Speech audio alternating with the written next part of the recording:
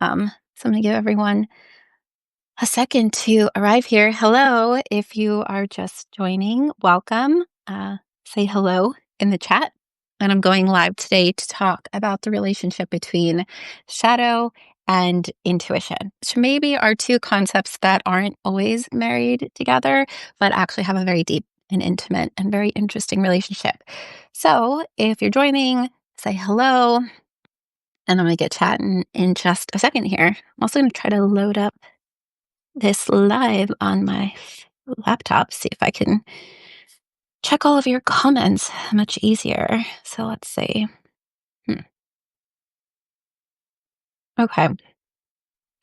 So, welcome everyone. If you are just joining me today, partly this live is, um, you know, to mark the moment right before our workshop this Saturday, where we're exploring the archetype of the sorceress. And although that's a very vast, wide, and very dynamic archetype, the focus for our class on Saturday is how does the archetype of the sorceress help facilitate the process of shadow work? And further, how does she help us develop the intuitive function? So there's a lot of different roads we could have gone down with the archetype of the sorceress, but for me, the the turning towards those themes I think are really powerful and really interesting and linked in a way that isn't always very obvious. I want to start out by just talking a little bit about shadow and a little bit about intuition and the relationship between them and how the archetype of the sorceress plays into the bridge between that. And of course, if you're interested in joining the workshop, there's still time to register. It's this Saturday online via Zoom at 11 a.m. PST, Pacific Standard Time. And I'll have more information on registration when I send out the recording of this post.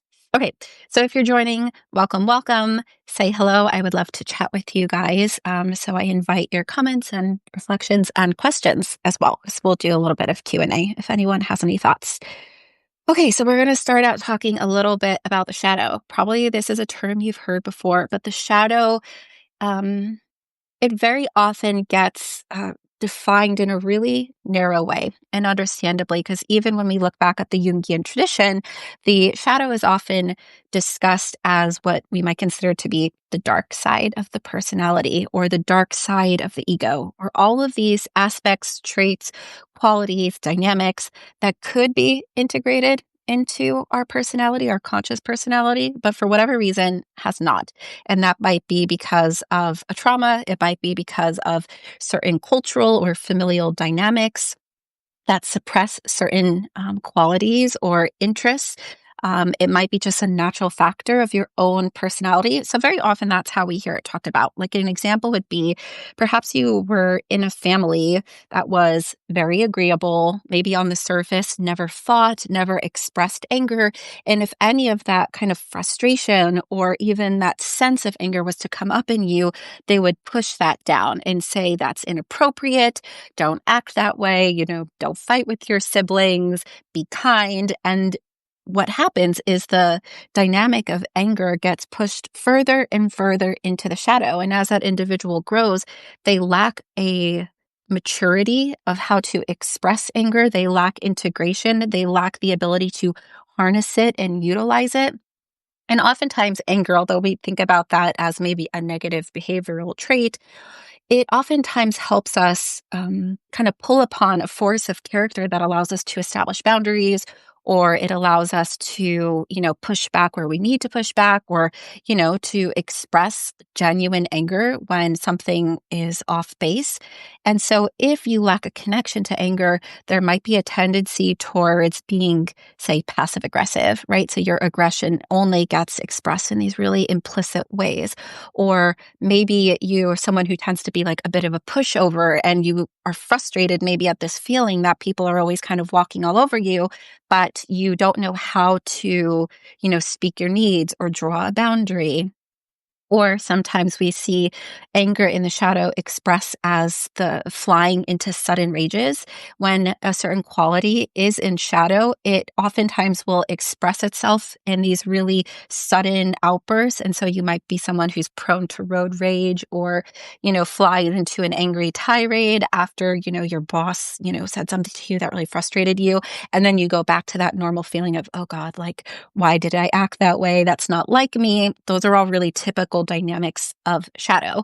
And the goal then would be to learn to build that relationship to anger so that it's healthy, so that it's accessible, and that you have that chance to express it in appropriate ways. So that's the really typical ways that we think about shadow, right? Qualities, characteristics that could be part of the personality, but for whatever reason, personal, familial, cultural, archetypal, they aren't.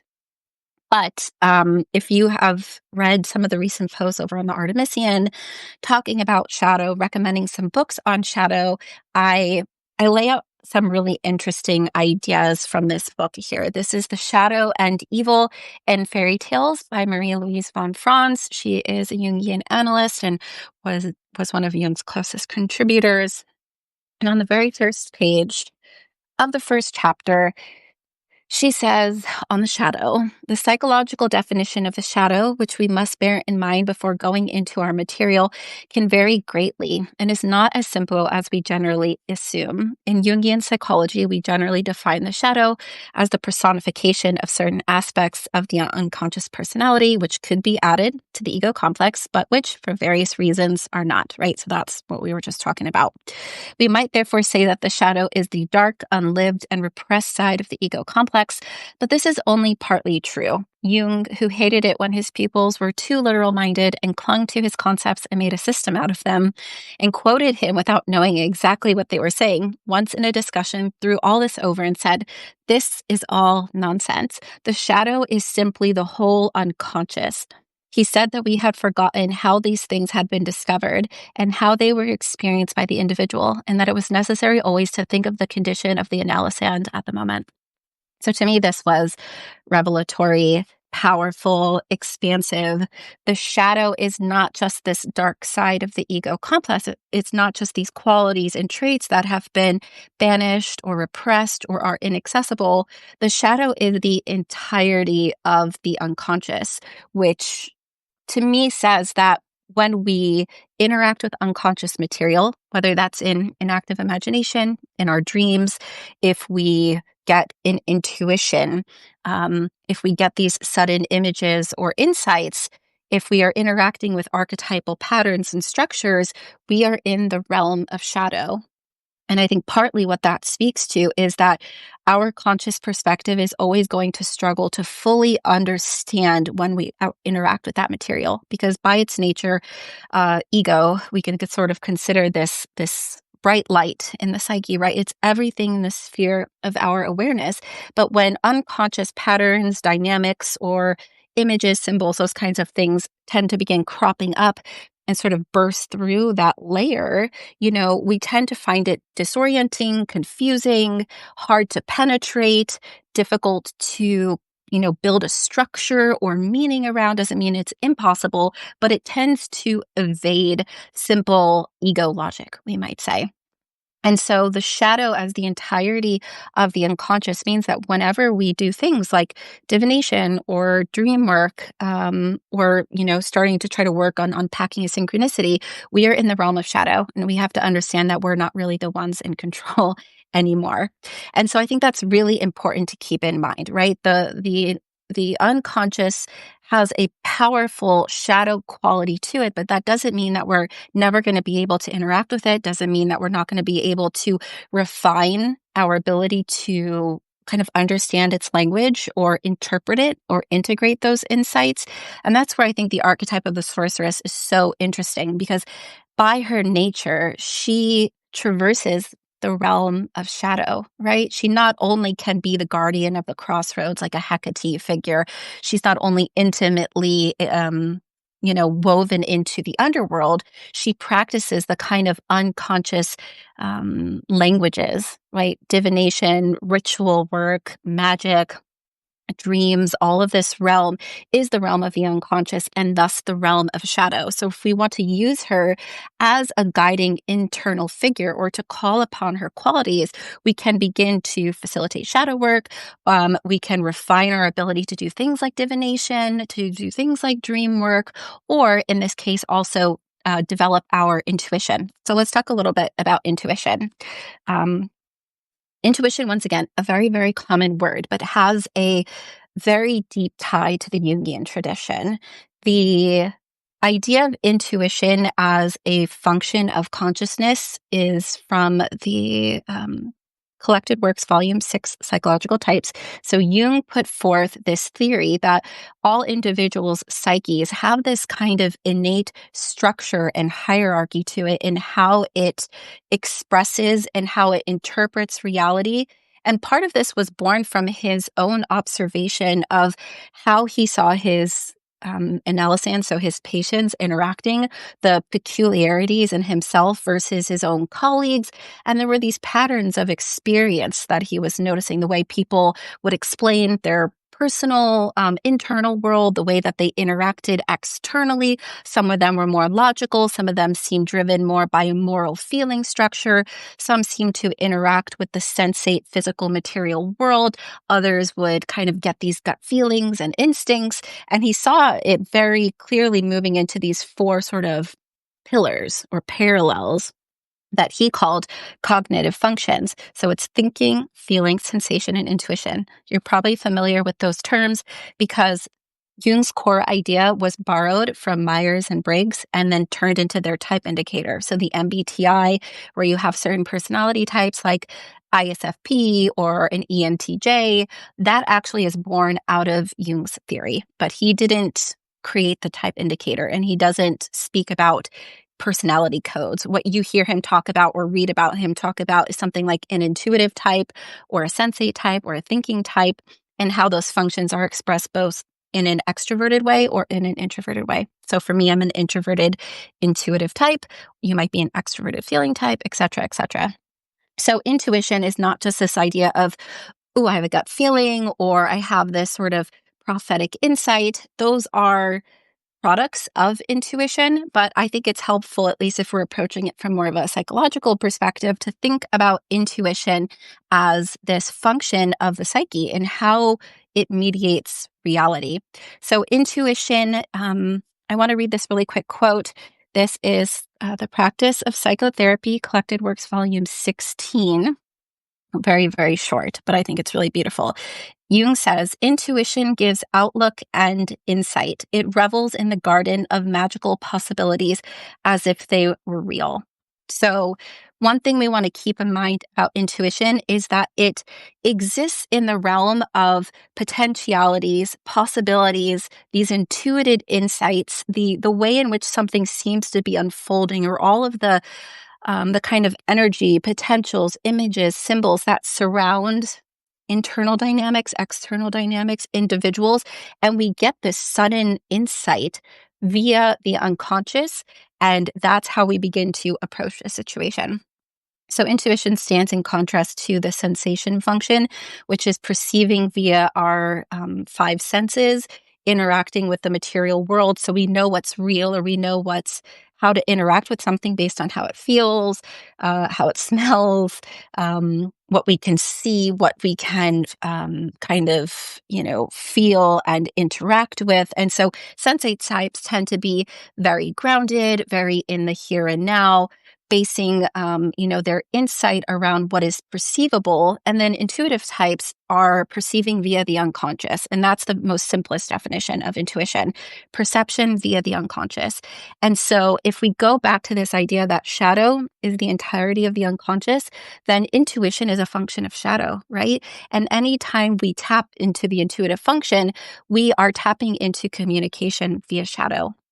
And I think the experience of intuition shows that, because oftentimes when we get an intuition, a gut feeling, maybe we have a dream that ends up being kind of prophetic, we don't fully understand it. We don't know how to trace its roots. We don't know where it came from, but it has a depth of importance. It strikes us. It grabs our attention. It feels powerful. It might feel sort of magical or numinous. Those are all qualities that are very typical of the unconscious. One other thing to sort of note about intuition is that some of us have greater access to it and others not so much. We do all have each of the four functions, but they exist at different levels of differentiation or integration or how much we've utilized it. So naturally, we're sort of born and begin developing with a dominant function. So for me, that's introverted intuition. And naturally, that puts sensation in the inferior spot. And for me, that materializes as being extremely clumsy. Like I don't have good awareness of my surroundings because I sort of, I don't know, I kind of tune out, I guess, of like external physical reality. And often I'm in like a dream world or a fantasy world. I tend to not be as aware of things that might be happening to my body until it becomes like extreme, like heat or cold, things like that. So, but I also have this really strong natural function of intuition for me that materializes as really striking dreams that are sometimes prophetic, sudden insights that I get when I'm talking to people. I tap into intuition a lot when I'm doing things like divination, especially tarot. It kind of pushes me into a flow state and I start seeing patterns and insights and potentialities kind of flowing. And I move very strongly from that place of intuition. So if you're a sensate type or if you're a different type, like a thinking type, you still might have intuition a little bit lower in your what we call the personality stack. So it can be more difficult to access intuition, or it might be that when you get an intuitive insight, you're just less likely to believe it. It doesn't feel like something that's trustworthy. It's not really how you typically orient to reality. But on the flip side, if you have intuition in like a lower part of your personality, it might sometimes come through and you listen to it because it feels so, I don't know, different, so powerful. Like it can strike in these sudden ways. And maybe you're not always tapping into intuition, but when it happens, you might feel like you believe it in that moment and you're willing to listen to it, if that makes sense. Anyways, so intuition as this function of shadow, we might say, means that it's going to be difficult to develop it. Naturally, intuition is just something that is very, very mysterious, and we're never going to be able to get a grip or a handle on it like we can develop sensation or feeling or thinking. And I think that to bring it back to the archetype of the sorceress, we can use her as this kind of internal guide, or maybe we have like a favorite fictional sorceress or a mythic sorceress that we feel really drawn to, and we can use their mythic map as a means of how we want to interact with shadow material or how we might want to develop our intuition. And that's what we're going to be talking about in Saturday's class, is how do we utilize the archetype of the sorceress and kind of follow the paths that she offers us to not only kind of acquaint ourselves with the realm of shadow and shadow work, but also how to access our own intuition. Because no matter who you are, intuition is a function that you can develop, even if it's tough. I also have a class called Developing Intuition in the archive, and that goes like really deep into the intuitive function, and it's both introverted and extroverted styles. And so that's another resource to check out. Okay, so that's my little spiel. I don't want this live to be too long, but do you guys have any questions? I'm going to take a look at the chat. If you have any questions on the archetype of the sorceress, on shadow or intuition, now is your time. And yeah, let me see. I'm going to take a look at the chat. You guys are being so nice. All these nice comments. You're great at speaking and teaching. That's very nice. Thank you. Thank you very much. That's really kind.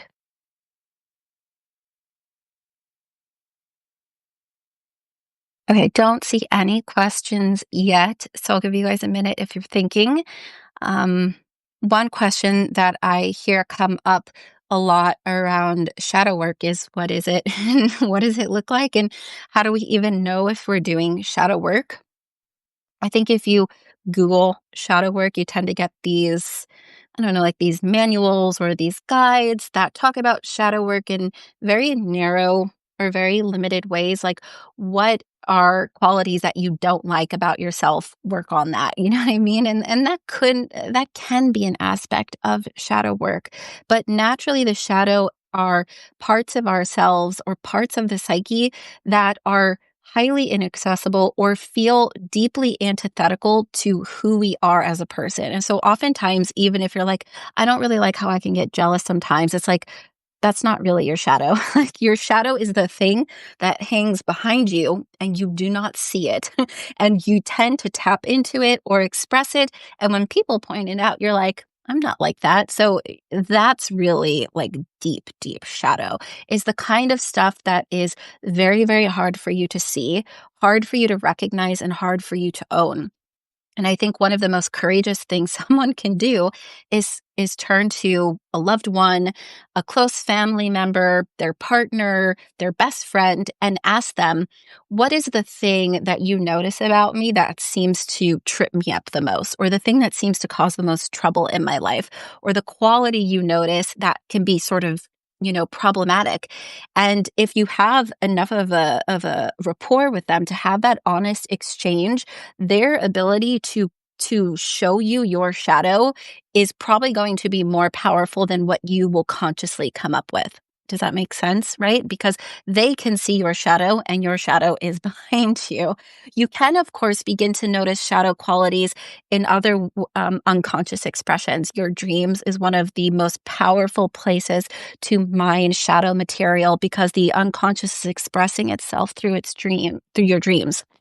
So you may very well begin to have certain dreams that are repeating over and over again. Really typical themes of shadow in dreams are bursting pipes and overflowing toilets, figures that are chasing you, figures or animals or monsters, things that feel when you interact with it, you feel scared, overwhelmed, it feels violent, you feel like you recoil from it. So anything you tend to run away from in your dreams is probably shadow, because when consciousness begins to interact with shadow, it withdraws, it wants to push it away. And this isn't always true, but oftentimes these kind of figures in our dreams that feel violent, fearful, that chase us and we run away, oftentimes when we finally meet them in our dreams, they shift and change. They become not as attacking. They become gentler. I don't have the exact quote, but Jung said something like, the figures in your dreams are chasing you because they want to meet you. The quote is somewhere in the Artemisian, but the point is that oftentimes when we have these dreams with shadow figures, when we interact with them, we run away, but all it really wants to do is to meet you and to bring forth something within the psyche that needs to be known. And so that is the challenge. That is the calling, is to not run away, to meet that dynamic and to figure out what it might be. Okay. Let me look at the questions. Can you say something about being overwhelmed by the shadow? What are dangers when working with the shadow and how to prevent it? Yeah, this is like a really, really important aspect, because if the shadow is something that we've disowned, if it is something we've never met in ourselves, if it's something that drives fear and intensity, then it can very often be overwhelming, especially if that aspect of shadow has ties to any sort of trauma in our personal life, or to experiences that feel overwhelming.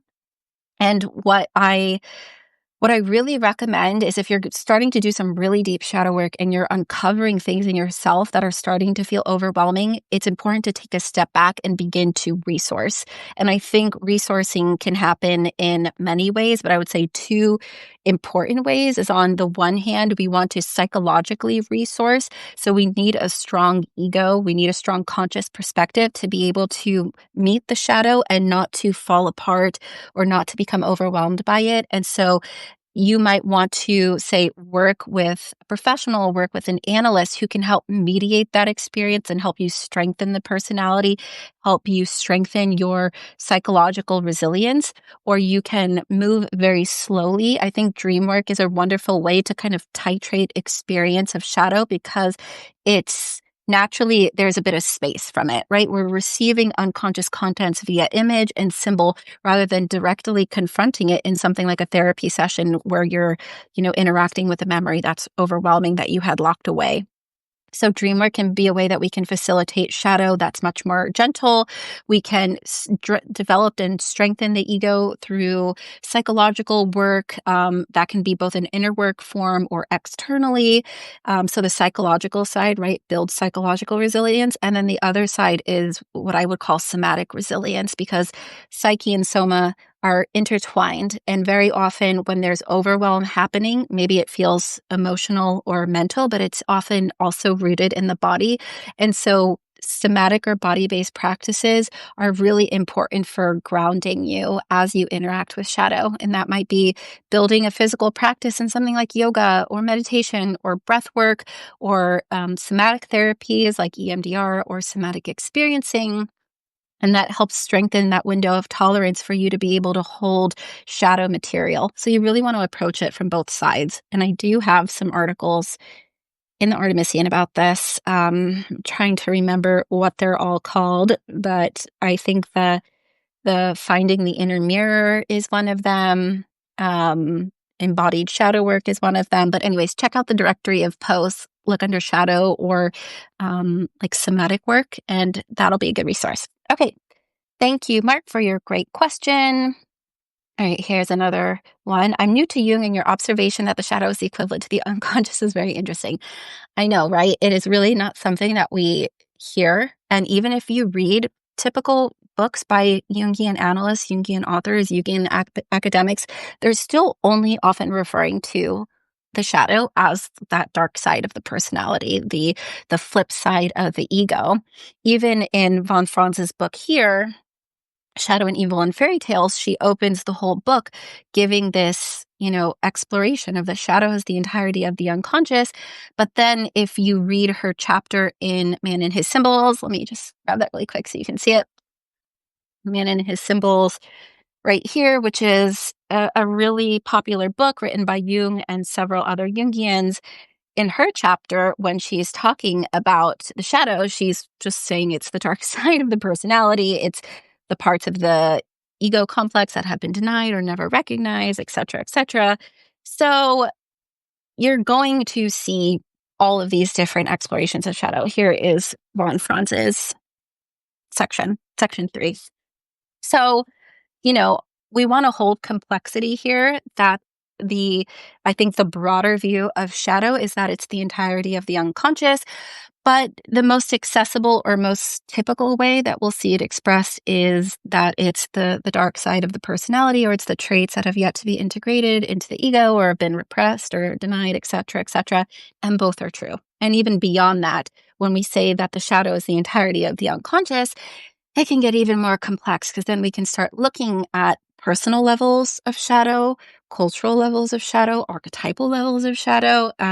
And that maybe that feels a little overwhelming, but I think that it makes things more complex and really dynamic and really interesting. And so just like building your awareness and understanding of shadow in that way, I think helps you just feel more prepared for interacting with all of that material. Like you've got greater insight knowing that you're moving into like an unconscious space, and thus the shadow realm. Okay, this is your last chance, guys. Any other questions or thoughts or reflections? Let me know. And if you haven't checked out my recent post on 5 books to explore shadow, that's a really great place to start too, because I tried to give a kind of broad scope of all of these different ways of looking at shadow that aren't just the typical, ego personality shadow work type things. There's Man and His Symbols. There's a chapter from Jung's Ion. There's Shadow and Evil and Fairy Tales by Marie-Louise von Franz. There is an alchemy book called The Black Sun. And so it's like looking at all of these different experiences, or this kind of kaleidoscopic vision of shadow and of unconscious. Because I think when you begin to take it in that more varied way, you really get a better grip on like what shadow is and how it truly shows up in the world. Let's see. The diagrams that I've seen show the shadow as a substantially smaller segment of the unconscious. Yes, I'm curious which diagrams you're talking about. There are many floating around the internet, some from Jung himself, some from other Jungians, some I don't know, people just made them up. And so is it showing the shadow and maybe just the level of the personal unconscious, or just like this dark ring outside of ego? Oftentimes those types of diagrams are useful, or they're kind of narrowed in on a certain aspect of shadow. But if we go back to Jung's idea of the entirety of the unconscious as shadow, then I think it's helpful to just sort of almost imagine a like I have a diagram of this up in the resource library for members, but I'll try to visually spell it out for you. So there's a diagram that Jung has in one of his books that shows consciousness as the kind of bright outer ring, and then we go deeper into the unconscious, into the personal unconscious, and then the collective unconscious, the deepest part of the psyche at the center. And that entire personal and collective unconscious is like the dark aspect, that all of that is in shadow. And it's only the kind of bright outer part that we tend to be most aware of, or is most accessible.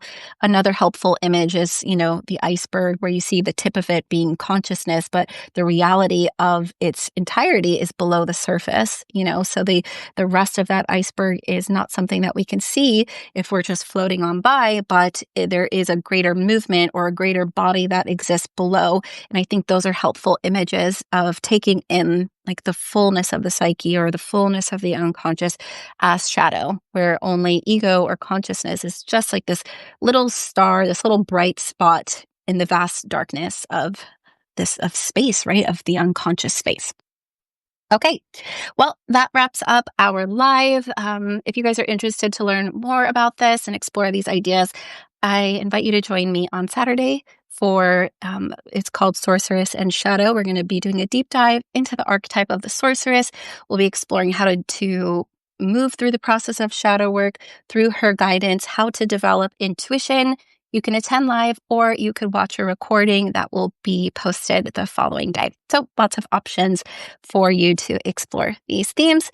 Thank you all for attending, and hopefully I'll do another live soon. It was really fun. Thanks, everyone.